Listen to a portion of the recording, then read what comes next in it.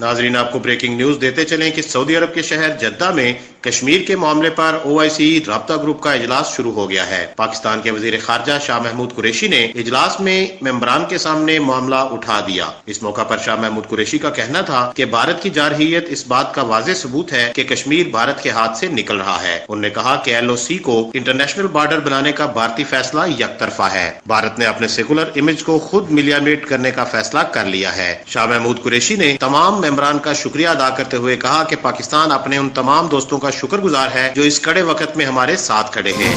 آپ کو ایک بار پھر بتاتے چلیں کہ جدہ میں اسلامی تعاون کی تنظیم OIC کا کشمیر کے ایشو پر ہنگامی اجلاس شروع ہو گیا ہے، جس میں پاکستان کے وزیر خارجہ شاہ محمود قریشی ممبر ممالک کے نمائندگان کو کشمیر کے حوالے سے بریفنگ دے رہے ہیں۔